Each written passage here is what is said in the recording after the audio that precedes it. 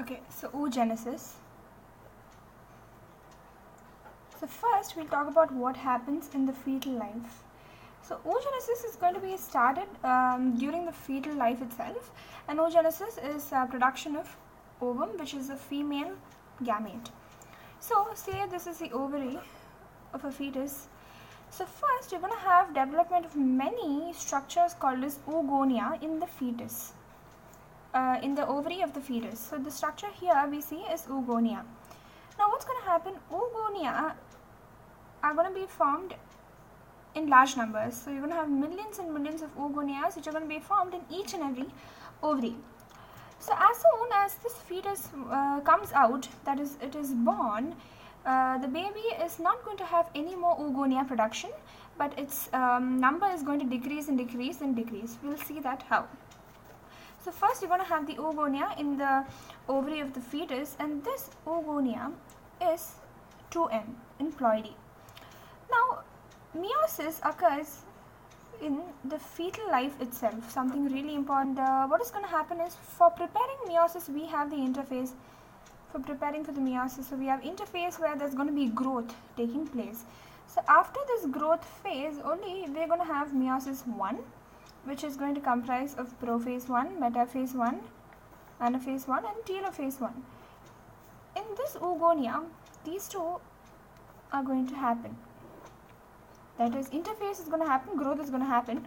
So say this was our oogonia, it's going to grow quite big, okay, retaining the same number of 2N, but it's quite enlarged because interphase has happened, and even meiosis 1 is going to happen. So even meiosis 1 till diakinesis is going to be done, and it's just going to be arrested at that point.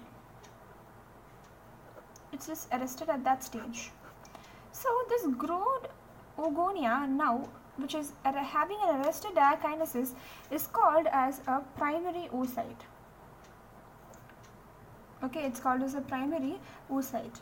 Now when this primary oocyte, all of this is happening inside the fetus. Okay, now when this primary oocyte is going to develop a layer of granulosa cells, it's called as a primordial. This is your primordial follicle. So primordial follicle has one layer of granulosa cells, and these granulosa cells are derivatives of the primordial germ cells, which are further derivatives of the germinal epithelium, which is found in the lining of our ovary. So this is the germinal epithelium. Okay, this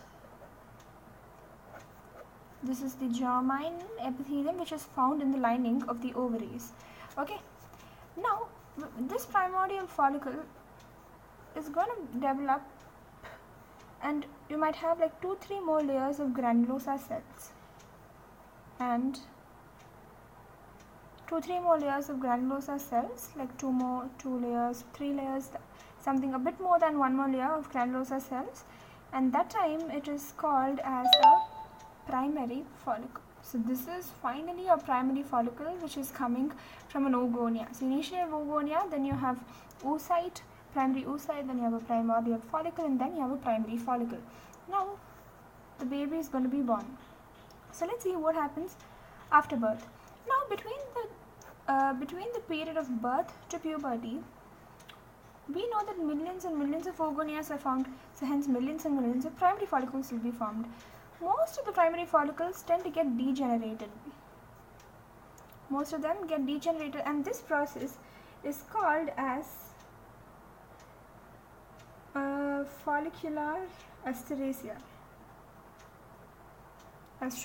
Follicular astrasia. So the degeneration of most of the primary follicles after birth till puberty is going to be called as follicular astrasia, where in the end about 60,000 to 80,000 primary follicles will be there per ovary. So in each ovary there's going to be about 60k to 80k primary follicles. Okay, now